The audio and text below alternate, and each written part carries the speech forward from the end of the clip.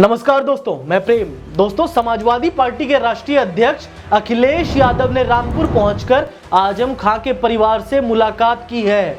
उनके साथ रामपुर के सांसद मोहिबुल्लाह भी मौजूद रहे। अखिलेश और मोहिबुल्लाह ने आजम खां की पत्नी तजीन फातिमा से करीब आधे घंटे तक बातचीत की। इस मुलाकात के बाद सपा प्रमुख ने कहा कि समाजवादी पार्टी हमेशा से संविधान बचाने की लड़ाई लड़ती आई है और आगे भी लड़ती रहेगी।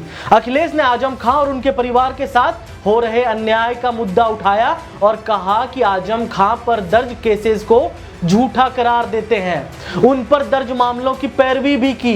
मीडिया में पैरवी करते हुए कन्नौज के सांसद ने कहा कि आजम खां पर दर्ज जितने मामले हैं उसे सपा सरकार आने पर खत्म कर दिया जाएगा। अब सबसे बड़ा सवाल है कि क्या अखिलेश आजम प्रेम में इतने अंधे हो गए हैं कि उन्हें कोर्ट के आदेश भी नहीं दिख रहे। दरअसल मई 2024 के दौरान मीडिया में खबर छपती है।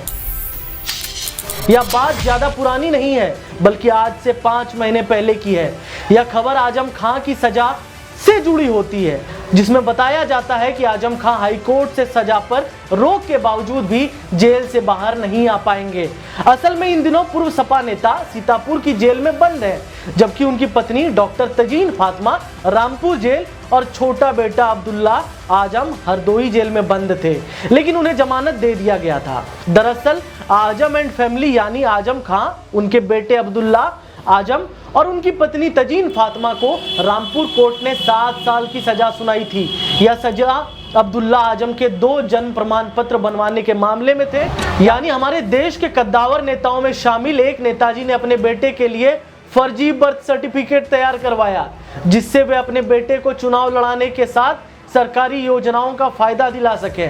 2 जन्म प्रमाण पत्र बनवाने से जुड़े मामले को लेकर आजम फैमिली को रामपुर कोर्ट ने 7 साल की सजा सुनाई।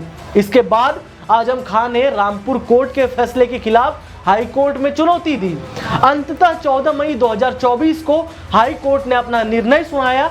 कोर्ट ने पूरे परिवार यानी आजम, उनकी पत्नी और उनके बेटे को जमानत भी दे दी। लेकिन कहते हैं अपराध का घड़ा कितना भी मजबूत हो जाए, एक न एक दिन जरूर फूटता है। सपा नेता के साथ ऐसा ही हुआ। दरअसल जिस मीडिया हाउसेस की हेडलाइन में आजम खां की रिहाई की खबर छपी, उसकी स्टोरी में लिखा गया कि आजम फैमिली में केवल तजीन फातिमा ही जेल से बाहर आ पाएंगी, क्योंकि आजम खां और उनके बेटे अब्दुल्ला आजम डूंगरपुर प्रकरण की वजह से जेल में ही रहेंगे।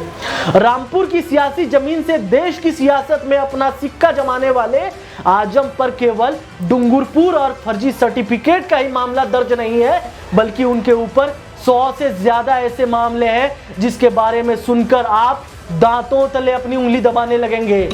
आपको जानकर हैरानी होगी कि सपा के इस नेता पर सफाई मशीन चोरी करने का मामला दर्ज है। आपको जानकर हैरानी होगी कि ये वही नेता हैं जिनके ऊपर बकरी चोरी करने के आरोप लग चुके हैं।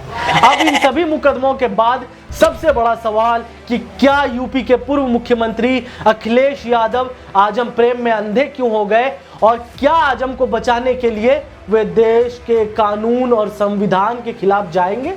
अब आपके सामने हम कुछ सियासी आंकड़े रखते हैं। दरअसल यूपी में 9 विधानसभा सीटों पर उपचुनाव हो रहे हैं, जिसमें 6 सीटों पर मुस्लिम मतदाता बड़ी संख्या में हैं। इनमें 3 सीटें पश्चिमी यूपी की है, जहां पर आजम खां का अपना सियासी प्रभाव रहा है। कुंदर की सीट पर आजम खां का अच्छा खासा दखल माना जाता है। इस बार कुंदर की सीट पर सपा के लिए कड़ा मुकाबला माना जा रहा है, क्योंकि बसपा से AIMIM और चंद्रशेखर की पार्टी तक ने मुस्लिम प्रत्याशी उतार रखे हैं। इसी तरह की स्थिति मुस्लिम बाहुल माने जाने वाले मीरापुर सीट पर भी है, जहां से RLD को छोड़कर सभी दलों से मुस्लिम उम्मीदवार चुनाव लड़ रहे हैं। उत्तर प्रदेश उपचुनाव में जिस तरह से विपक्षी दलों ने मुस्लिम प्रत्याशी उतारे हैं, उससे मुस्लिम वोटों के बिखरने का खतरा बना हुआ है। कुंदर की, मीरपुर, सीसामऊ और फूलपुर सीट पर सपा ने मुस्लिम प्रत्याशी उतारे हैं। फूलपुर सीट को छोड़कर बाकी के 3 सीटों पर सपा का पूरा दारोमदार मुस्लिम वोटों पर ही टिका हुआ है, क्योंकि इन सीटों पर पार्टी की ओर से कोर वोट बैंक यादव समुदाय नहीं है। असदुद्दीन ओवैसी ने 3 विधानसभा सीटों पर प्रत्याशी खड़े किए हैं, तो बसपा ने 2 मुस्लिम को टिकट दिया है। इसके चलते खतरा मुस्लिम वोटों के बंटवारे का बना हुआ है। अखिलेश यादव ने मुस्लिम वोटों के दम पर कुंदरकी और सीसामऊ सीटें 2022 में जीतने में कामयाबी पाई थी और मीरापुर सीट को सपा के समर्थन के चलते ही आरएलडी ने जीती थी। लेकिन अब तीनों ही सीटों के समीकरण बदल गए हैं। मुस्लिम वोटों के बंटवारे का खतरा बना हुआ है, जिसके चलते सपा के सियासी टेंशन बढ़ गई है। यही वजह है कि अखिलेश यादव ने आजम परिवार से मिलकर मुस्लिम वोटों को एकजुट करने की कवायद की। यानी आजम खान से करीब 1 साल बाद मिलना अखिलेश यादव की मजबूरी के साथ साथ जरूरत भी है, क्योंकि राजनीति में कहा जाता है no permanent enemy, no permanent friend, only personal interest. और यही स्टेटमेंट अखिलेश यादव पर बिल्कुल फिट बैठता है। दोस्तों, आजम खान के साथ मुलाकात के बाद हमें जो कहानी समझ में आई उसको हमने आपके सामने रख दिया। अब आपका फर्ज बनता है कि इस कहानी को प्यार दीजिए, सपोर्ट कीजिए। दोस्तों, हमारे चैनल को प्यार दीजिए, वीडियो को लाइक कीजिए, चैनल को सब्सक्राइब कीजिए, बेल आइकन दबा लीजिए, जिससे कि तमाम अपडेट आपको मिलते रहें। ऐसी ही तमाम खबरें द राजधानी पर हम आपके लिए लेकर आते रहेंगे। तब तक के लिए नमस्कार।